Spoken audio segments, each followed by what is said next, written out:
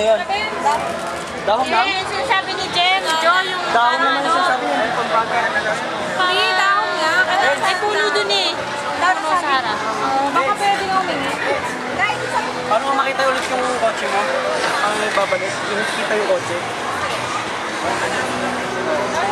Ano kita?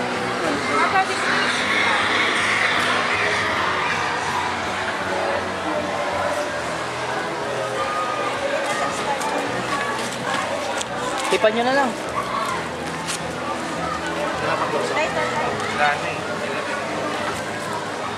Ito na lang ako ay sigarilyo. Hindi ko siya matandaan.